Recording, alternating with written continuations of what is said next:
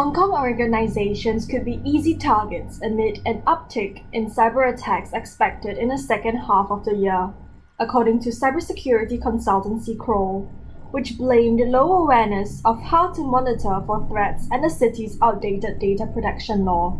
The uptick in cyber attacks came after a relative lull, as attacks declined in part because of Russia's invasion of Ukraine, and a significant portion of financially motivated organized crime originated in the region. Kroll has also seen a return of attacks on healthcare organizations, which had fallen during the pandemic, possibly because criminals chose not to target them as they were overloaded by the health crisis. Unfortunately, Hong Kong still has a very low awareness of how to effectively monitor cyber threats, and a very small percentage of companies are doing a good job of monitoring.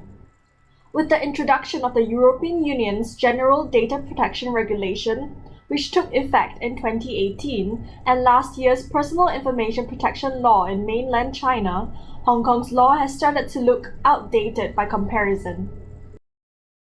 Personal data of 48.5 million Chinese citizens who use Shanghai's COVID app is being offered for sale by a hacker on the dark web.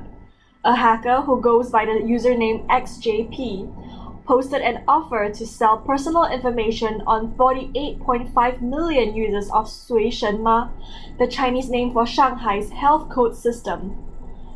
The hacker apparently provided a sample of the data, including the phone numbers, names, and Chinese identification numbers and health code status of 47 people. 11 of the 47 confirmed that they were listed in the sample, though 2 said their identification numbers were wrong. This is potentially another major privacy breach of people's data for Chinese authorities. Last month, a hacker called China Dan claimed to have stolen data on 1 billion Chinese citizens from Shanghai police. China Dan also made the offer on the breach forums, saying he wanted to sell the data, made up of more than 23 terabytes of information, for 10 Bitcoin, or about 200,000 USD.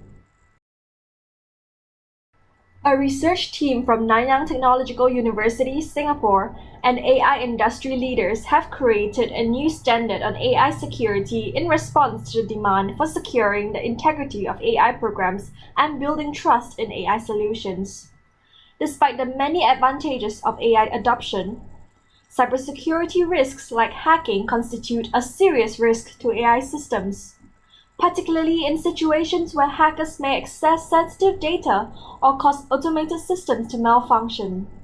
However, there aren't many rules protecting the security of AI systems.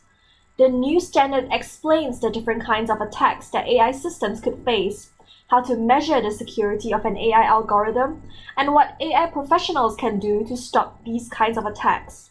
It took a year to make, and 30 AI and security experts from business, academia, and the government helped make it.